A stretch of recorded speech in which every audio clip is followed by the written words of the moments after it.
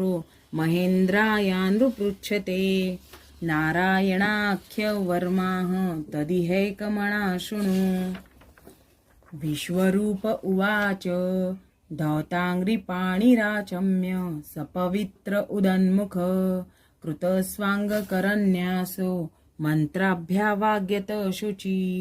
नारायणामयं वर्म सनहेद्भय आगते पादयोर्जोनुनोरुदरे हृदयस्थोरसि मुखे शिरस्थानुपूर्व्या दोङ्कारादिनि विनश्येत्।